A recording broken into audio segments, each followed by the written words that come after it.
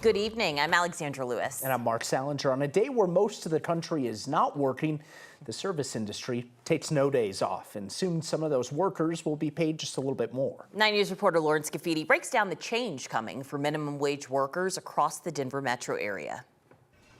Go on, drink your water. Behind the big bites and savory sips at Providence at 5280 today, Labor Day. Cody Ford and his team are working hard That's what we do. to make it all happen for you. We have fun with the people. In a few months, Cody's employees will get paid more for the same work. I work most Labor Days, I think. Right now, minimum wage for tipped workers in Edgewater is $12 an hour. Next year, minimum wage there is going up $1.50 an hour for all workers, putting tipped workers at $13.50 an hour. Cody is writing those paychecks now. Being a business owner, I definitely realized that to get quality personnel, you have to pay, for those people to come and, showcase their skills. But he remembers when he was a server, the one getting the paychecks. I didn't even worry about what my paycheck was when it was coming in because I had cash that I made every day. It was the results of my work. There's bad days where you're slow and you're like, man, I wish I had an hourly. But that's a risk reward that you take head on when you come into this industry.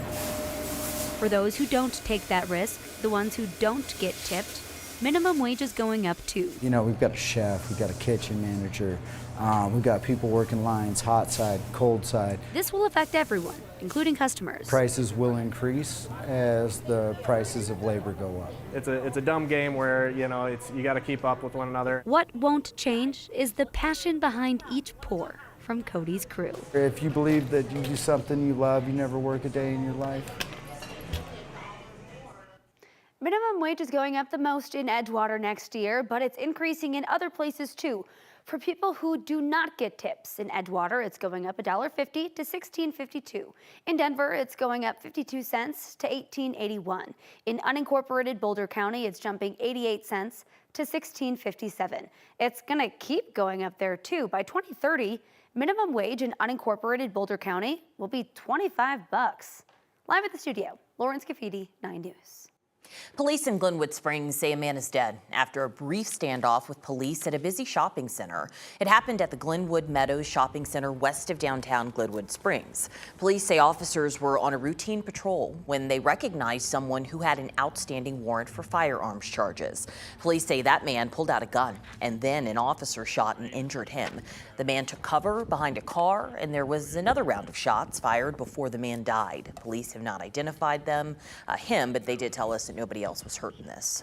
Westminster police say they've arrested a driver who hit two pedestrians last night, killing one of them before driving away. Officers arrested 19-year-old Luis Gerardo Reyes soon after the crash on suspicion of failure to remain at the scene. The crash happened a little after 8 last night on 72nd Avenue, just east of the intersection with Federal. Police say a woman and a man were both hit. Both were taken to the hospital. The woman died and the man is in serious condition. Police say they don't think that alcohol or drugs were factors in that crash. As Labor Day winds down, it was another warm day here in Denver, but changes could be on the way a bit later this week. It is September 1st after all, so let's check in with Kathy. Hi guys, you know what? This is the month when we can see record highs and our first snowfall of the season. And while we are not forecasting the first snowfall of the season in Denver, the system coming in the middle part of the week could create a little dusting of snow over some of the 14ers. So a sure sign that fall is just a few weeks away. Live on Union Station tonight, and the winds have finally eased a little bit. Average high is 85, record today 100. We started at 60 and warmed to 93. Not a record, but plenty warm and still very mild out there this hour. 71 downtown, 70 in Greeley, and almost 80 in Grand Junction. Thankfully, the winds have calmed down a bit. Red flag warning for eastern Adams and Arapahoe counties has canceled out. We have another warm, dry day coming up tomorrow ahead of a cooler weather change and a chance for showers.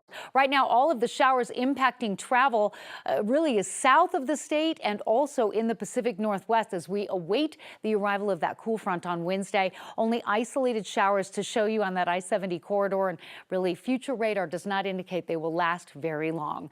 We'll check the radar again and have the timing and impact of the incoming cold front in Maine weather in just a bit. Colorado Parks and Wildlife wants to recapture and relocate a pack of wolves in Grand County that's been causing some serious problems for ranchers up there. Which of course leads to the obvious next question: how does one capture and relocate a pack of wolves? There are a few people who know more about doing that than Carter Niemeyer. He used to work for the federal government and helped with Yellowstone's wolf reintroduction. As CPW tries to catch at least 3 wolf pups and their parents, Niemeyer says there are 2 methods crews could use. One requires a helicopter to shoot a wolf with a dart and a net. The other is to set traps on the ground, lure wolves in with scents, and then wait. I fully expected to have a wolf within 3 days in a foothold trap. If I didn't have one within 3 days, I was doing something wrong.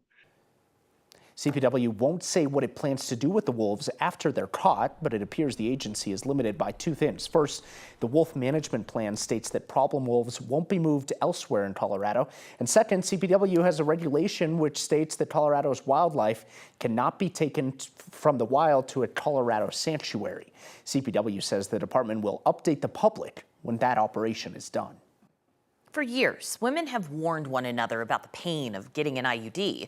Now, the CDC is changing its guidelines for the first time since 2016 to improve the patient experience. 9 News reporter Rachel Krause is here, and Rachel's doctors say these changes are years overdue.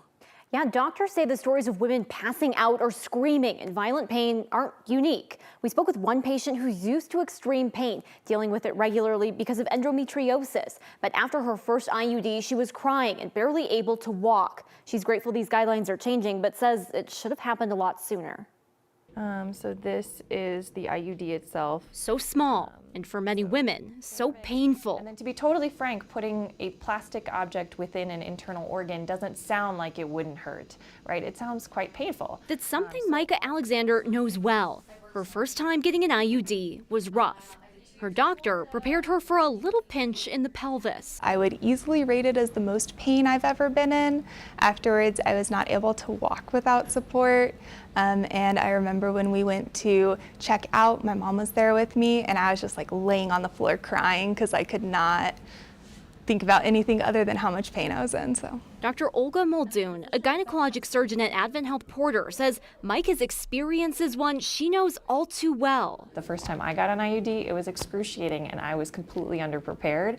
And that's the truth for most patients. Unfortunately, I find that a lot of patients will say that their first experience or their first several were really painful. IUDs are used by millions of women. They're the 3rd most common form of birth control. But for years, preparing women for the pain or offering a way to manage it wasn't common. It's not just frustrating, it's a disservice to women. For the first time in 8 years, the CDC is changing its guidelines for IUDs. Now, they recommend doctors counsel patients on pain ahead of that procedure and offer options to manage it. Sedation, muscle relaxers, or pain medications to ease the trauma of IUD insertion. Dr. Muldoon says she and her clinic have been offering these for years. I think that we knew all along that IUDs were painful, and for certain individuals, the right thing is not just to do it cold turkey, the right thing is to offer them pain control.